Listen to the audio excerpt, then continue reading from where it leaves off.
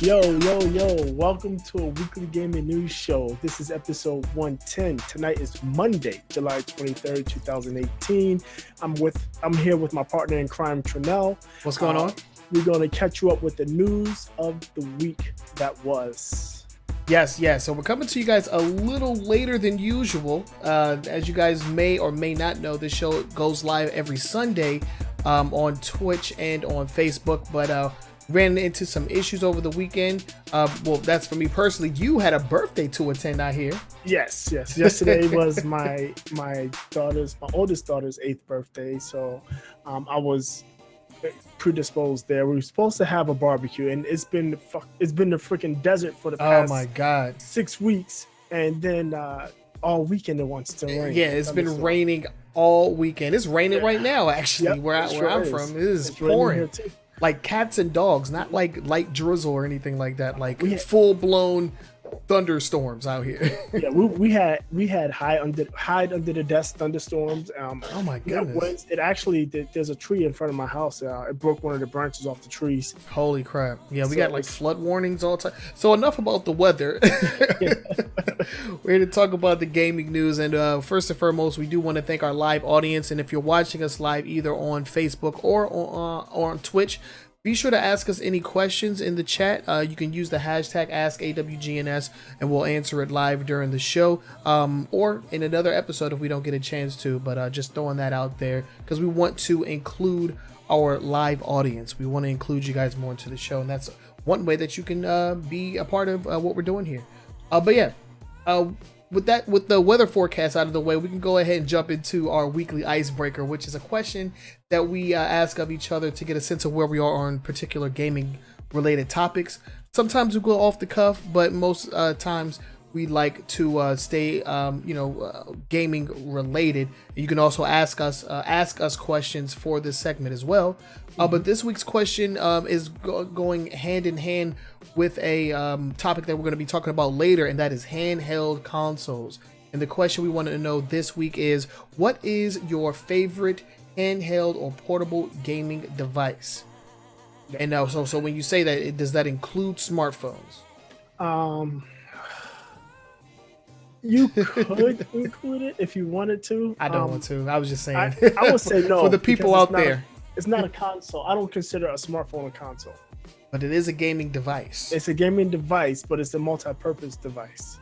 Very true. Okay, so since you're the expert on gaming device versus console terminology, I'll let you go ahead and go first. What's your favorite? Well, we talked about this last week. I've only in my life owned one portable console, one dedicated handheld console, and that was the PSP. Now, I guess not bad, honestly. We could qualify the Switch as a portable, quasi-portable. It's like a portable that you can dock at home. Yeah, it's a hybrid console. Yeah, but I will have to say the PSP. Now, my favorite that I played is that I have the best memories of is the Sega Game Gear, which again, that wasn't mine. That was my brother's Game Gear. My brother right under me, but I was the big brother. I bullied him. Maybe I took it a couple of times. Ran his battery's dead. But yeah, I had a good time with the Game Gear. I have good memories, especially I forgot the name of the Sonic game, but there was a Sonic game on there. Triple Trouble or one of those. Yeah, I don't know. I played them. I put a lot of time into that, and so I have fond memories of that. It was a fun time. Yeah, that's cool. So my sister, growing up, I had the Sega Genesis and she had the Sega Game Gear. So of course I got to play it, and I did enjoy it. But what I did not enjoy is those 6 freaking AAA batteries you had to put in that thing. Good Lord. Yeah, it was a lot. It was a lot games. They were not playing games. So from a financial standpoint, I'm inclined to say that the Game Boy, once they kind of reduced in size, so like the Game Boy Pocket and then the Game Boy Color, because it took less batteries, because I think the original Game Boy was 4 batteries. The Game Gear was 6 batteries. So Game Gear was 6, yeah. So like back in the day, it was all about battery management, man. AAA batteries, they used to chew them up. We had, I think at one point my mom got tired and she got some rechargeables. So we had some rechargeables, the old nickel, not a hydride, not the nice fancy lithium ions, but we had a bunch of those around the house that we used. we put ours in the freezer and let them get cold and then try them again the next day. Then we used to do that. I don't even know if that worked. I don't know where my mom got that idea, but it's something that we used to do, putting batteries in the freezer to preserve them. We used to do that too. Yep. So that was funny. But yeah, I had a lot of fond memories with the Game Boy. Pokemon, just staying up late at night, and especially the Game Boy Color. Like once it started going color, and then you would actually go back and play original Game Boy games, and it would like add in like color style features, Right. So that was always pretty cool. But the closer handhelds got to home consoles, kind of the happier that I was. So the Game Boy wasn't the first one that I bought, but it was mine. But I bought the original DS, and like that was my everything for a really long time. Got me really into RPGs. So you can thank the DS for its line of RPGs, because that really helped my interest for a long time. And they had some like pretty good portable action games on the original DS too. Right. And I'm glad that even today with the 3DS XL, I can still play those games from like 2004, 2005. Right. I can still play those games. So that's actually pretty cool. So pretty much just the Nintendo line of handhelds. It's my jam, minus the Switch.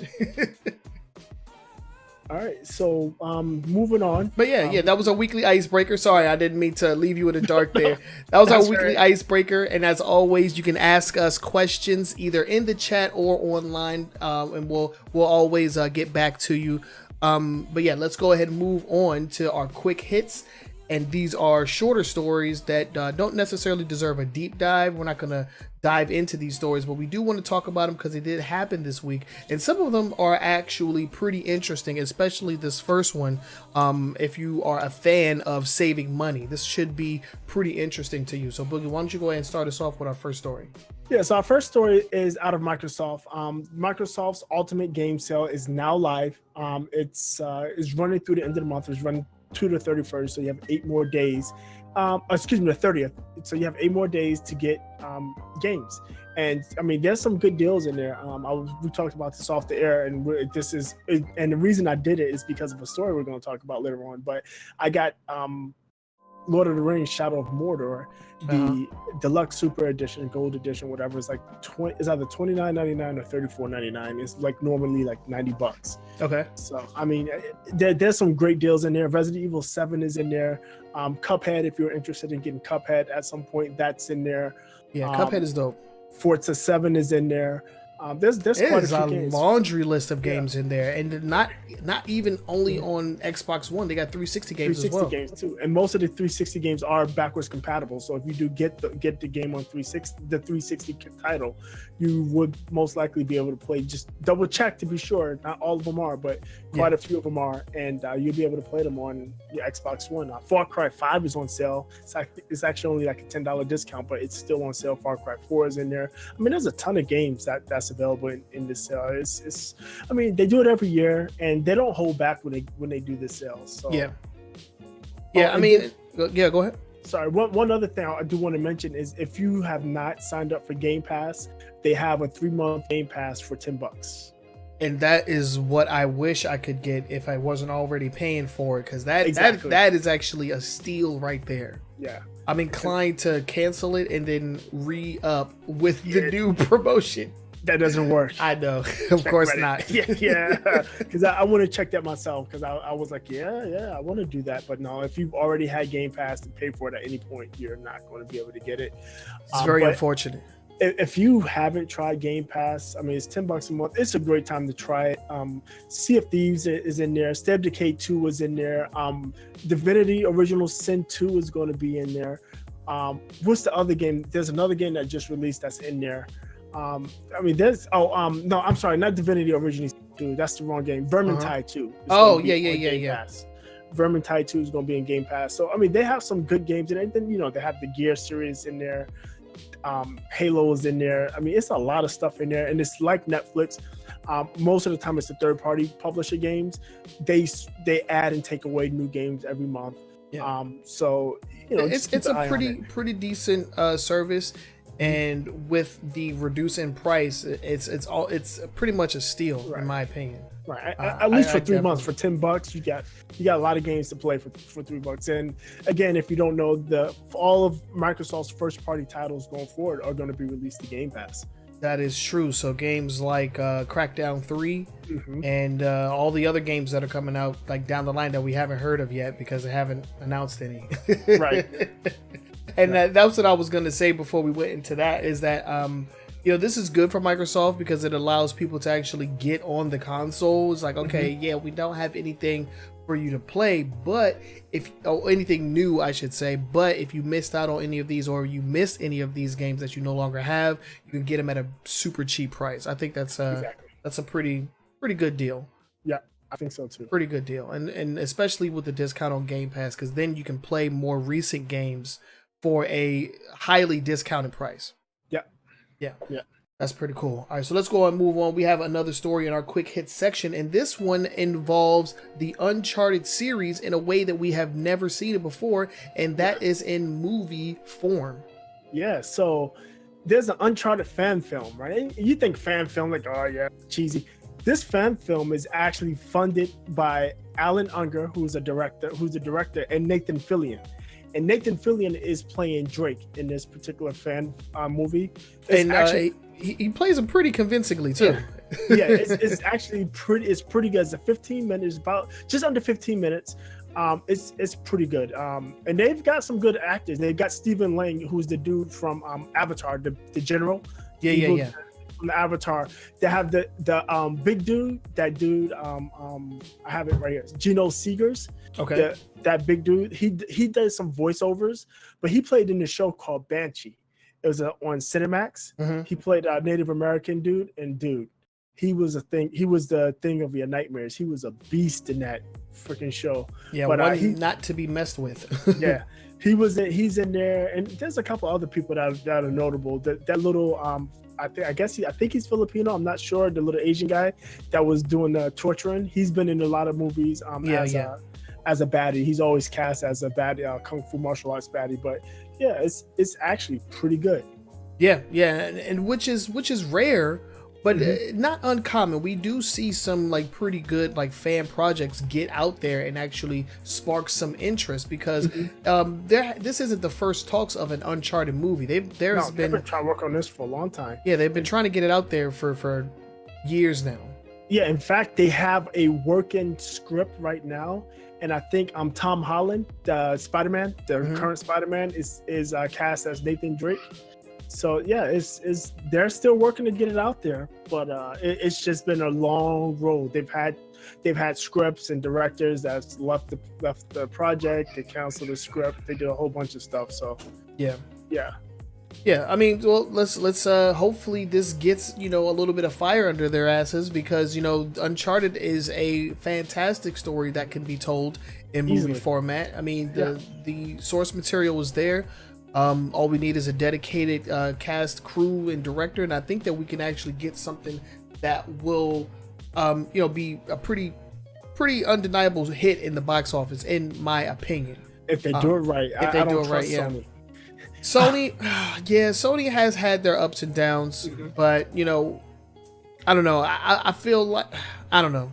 I'm not too big into movies, but I do feel like with the right director and the right cast, anything is possible. Yeah. I don't agree with Tom Holland. I don't agree with the current Spider-Man playing adult Nathan Drake though. Like, he could be like baby Nathan Drake from when he was a kid in like Guatemala or something. Like, he could be Nathan Drake when he was in the orphanage or something like that. Can he even grow facial hair? Because he has like a constant 5 o'clock shadow, my boy. Yeah, that's what I was going to say. But okay, we'll see, and see that there is the reason Sony hasn't been able to get the movie off the ground. Yeah, can't cast Nathan Drake, I guess. But yeah, this actually comes on the heels of, and we didn't actually talk about this, but there's been news around a Mortal Kombat reboot. We didn't talk about that, did we? You haven't. Yeah, I've seen that, the Mortal Kombat reboot. Yeah, and a lot of people were kind of like up in arms. I don't want to go off topic too much, but there's a lot of changes coming to that supposed reboot. a lot of changes that people aren't really appreciating, like a new main character, and the lack of certain key characters like Scorpion and Sub-Zero are not going to make the cut apparently. I don't know. We'll see. Yeah, we'll have to wait and see on that one. But it's always good to get something cool on the internet, and this is one of those things. So if you haven't checked it out, it's a 15-minute video. It's on YouTube. It's free. Go ahead and check it out. It's the Uncharted Fan Film.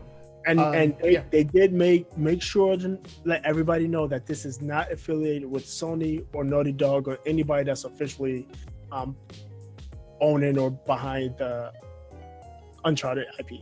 Right. It's strictly, for entertainment purposes only. I doubt any of these guys made any money off of this, but I don't want to speak for anybody. But it seems to be like a non-profit type deal, Right. So let's go ahead and move on. We have a couple more quick hits. This one involving Microsoft. They're back in the news. Back in the news already. Right. So let's go ahead and talk about what else is going on the Microsoft side. So Microsoft caused a bit of a stir. And it's what's his face? What's the dude's Major Nelson? Major Nelson, yeah. Yeah, he tweeted that they're going to be at Gamescom with new hardware, and people were like, "Oh my God, they're going to announce the next Xbox." But he walked that back and said there's going to be what he was actually talking about. And this is much more to the point and much more believable. New bundles. So there's probably going to be new Xbox One X game bundles and new accessories. So I'm looking forward to Microsoft Elite Controller 2. Okay. So I mean that's what's going to be there. It's not going to be new systems, but I thought this was an important story because the headlines all over the place have been Microsoft is coming to Gamescom with new hardware. Yeah. No. It's just new bundles and possibly a new controller. Yeah, new control. I mean, they have been going out of their way to add more accessibility to the Xbox line of consoles. So like they had that one controller. I can't remember what they were calling it. The one that for the disabled. Yeah. So they'll probably be showing that off. In addition to any other like gadgets that they might have. Can we get a Connect 3? Can we get a Connect 3? No, I don't think anybody wants a Connect 3. We didn't want to Connect 1 and 2, so at least I didn't. I didn't want to connect. But yeah, it's good that they actually called that back while they still had time. It would have been very unfortunate for Microsoft to walk into Gamescom having everybody thinking that there was going to be a new system, a new console, just to be utterly disappointed. Again, because a lot of people were utterly disappointed by the Xbox One, apparently. But yeah. Every time I think about the Xbox One launch, I just think about those pictures of Japan, man. It makes me so sad. Yeah, it's like one person in line. Oh God, there's like a million Xboxes and one dude with it. Nobody else. Yeah. Those are tear jerkers right there. Yeah, but the Japanese are super loyal. They're going to buy Japanese stuff. Yeah, their protectionist is just something that in their culture. So yeah. Moving on. We got a story out of Razer, and these guys have made a pretty interesting peripheral, which is a arcade stick for Marvel vs. Capcom Infinite. Like that, what's going on here? Basically, it's their Pantera joystick. Mm-hmm. And they have one that's essentially skinned for Marvel vs. Capcom. Yeah. I just find it interesting because who plays Marvel vs. Capcom? Nobody. I mean, I will say that the people that are still playing it are playing it because they love the game. Yeah. But Marvel vs. Capcom Infinite will never be a top seller at any time, anywhere, just because of how it launched. The game launched. It was ugly. Nobody likes the roster. Mm-hmm. But apparently the things that matter about it is that the mechanics are good, right? And the online is good, which is weird because Capcom has been like hit or miss with their netcode, right? So yeah, the people that are playing it, they're having a good time, but it's a Marvel vs. Capcom theme stick. I mean, this is a standard stick, the Panthera edition. They have a Dragon Ball Fighter Z one, they have a Street Fighter 5 one, and they have one that's just got I don't know, the Razer logo. Lights. Yeah. So I mean, I'm not gonna buy it, but it's just I don't know. To still be making peripherals for this game doesn't really seem financially like smart. It's not smart financially. Yeah. But you know, maybe somebody out there that's still playing will pick it up. I don't know. Yeah, but it's still a fight stick, and people that might just like want a fight stick because they're playing other fighting games and are Marvel vs. Capcom fans, something they can have too. So it doesn't necessarily have to be Marvel vs. Capcom, but I just think the timing is right where Capcom didn't even have this game in their own tournament, and it's not going to be at EVO. No, it's crazy. I just find the timing of this announcement kind of peculiar. Yeah, me too. And because there was a lot of rumors going around that there was going to be an uncanny edition of Marvel vs. Capcom Infinite, a lot of industry insiders are pretty much just smacking it down, saying there's no way that this is possible. Right.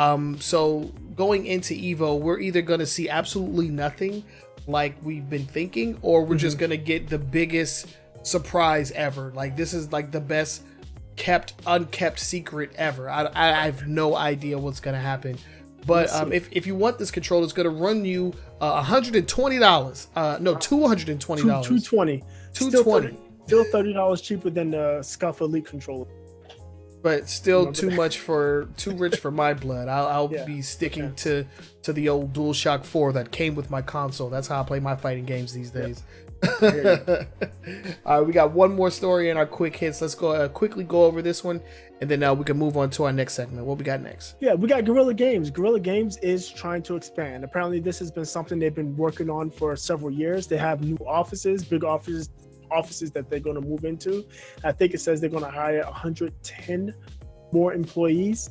And their goal is, they worked on Horizon Zero Dawn, I think they said, for what, 6 years? 5 or 6 years. Oh, and their goal is to release games every 2 to 3 years, either new IPs and additions to existing IPs. Yeah, so they're looking to ramp up their development. I mean, Guerrilla Games, I don't know. Before Horizon Zero Dawn, they did Killzone. Yeah, and Killzone is whack. Killzone was trash. I will give Killzone this. It was beautiful, but it was just beautiful trash. It's like lipstick on a pig, right? But Horizon Zero Dawn is amazing. If you haven't played it, do yourself a favor. If you're a PlayStation 4 owner, play that game. It's amazing. Yeah, so they're going to be pumping out more. And if they're going to be pumping out more that's like Horizon Zero Dawn, I'm all in. Yeah. Hopefully their next title isn't an entry into the Killzone franchise. I would actually hate to see that. Yeah, they need because to have Killzone that. Yeah, they need to let that zone die. Yeah, but I am super interested in whatever they do inside of the action adventure genre. Because Horizon Zero Dawn, not only did they have a fantastic story, but the gameplay was awesome. I still haven't tackled the DLC as of yet. But I will be returning to that game before too long. I have it. I started. I think I did maybe the first mission. I haven't gone back to it yet. Yeah, I did a couple missions, but I started getting wrecked because I was so rusty. Yeah. And those monsters are not playing in that version or in that update. But yeah. It's good to see that they're expanding, because this is something that we don't hear about, especially in this day and age. Normally, when we're talking about any kind of scaling when it comes to a industry, it's downsizing. You know, like they're getting rid of people or cutting jobs, or shipping people over to this place, or shutting down studios entirely. So it's good to hear that a studio that made an awesome game is going to be able to expand and give us more games. Right, and I'm all about that. And I just hope they stay out of the hands of a big publishing, the developer killers, the big publishers like EA and Activision, who would just snatch them up and roll them into an existing IP. Exactly. And if it's EA, they roll them into existing IP, don't like it, and then close the studio. And then close the studio. Yeah. So good on Guerrilla Games. Can't wait to see what they have next, unless it's Killzone. So that was our quick hits. Like we said, those are short little lightning round style stories that we like to cover before we get into the meat and potatoes of the podcast, and that's going to be our top stories for the week.